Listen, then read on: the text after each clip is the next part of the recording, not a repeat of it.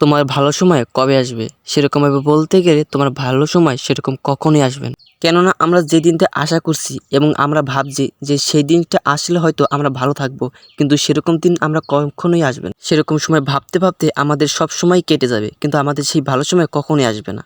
যখন আমরা পরীক্ষা হলে এক্সাম দিচ্ছি এবং পরীক্ষা হলে এক্সাম দেওয়ার সময় যে আমাদের একটা ফিলিংস হয়, ওটা আমাদের সময় ভালো সময়। যখন আমরা বন্ধুবান্ধব খেলাধুলা করে যখন বাড়ি ফিরছি, তখন ওই সময়টা আমাদের জন্য ভালো সময়।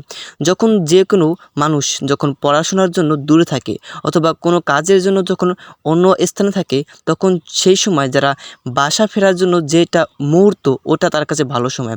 বর্তমানে যে আমাদের দেশে ঈদ চলছে এবং পুরো দেশে ঈদ চলছে, এই ঈদটা হচ্ছে প্রত্যেকটা মানুষের জন্য ভালো সময়। সেটা হোক কোনো জাত, সেটা হোক কোনো দেশ, সেটা হোক যে কোনো মানুষ। প্রতিটি মানুষের জন্য বর্তমানে ঈদ হচ্ছে একটা ভালো সময়। সেটা হোক হিন্দু, মুসলমান, বৌদ্ধ, খ্রিস্টান, যাই হোক না কেন, এই সময় ভালো সময় হচ্ছে ঈদ।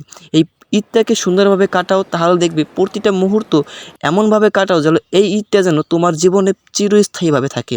এবং এই ঈদের যতগুলো শুটিং, যতগুলো পারফরমেন্স, যতগুলো আনন্দ, সব যেন তোমার জীবনে চিরস্থায়ী তোমাদের বন্ধুদের মধ্যে সেগুলো বেঁচে থাকে। তাই প্রতিটি মুহূর্ত আমাদের বলা যাবে না যে আমাদের ভালো সময় কখন আসবে। আমাদের ভালো সময় তখনই আসবে যখন আমরা সেই সময়টাকে ভালো মনে করব, কিন্তু এর আগে আমাদের ভালো সময় কখনোই আসবে না। তাই প্রতিটি মুহূর্তকে আমাদের ভালো সময় ভেবে প্রতিটি মুহূর্তকে আমাদের খুব সুন্দরভাবে কাটাতে হবে, তাহলে আমাদের প্রতিটা মুহূর্তই আমাদের জন্য ভালো সময় হয়ে থাকবে। ধন্যবাদ।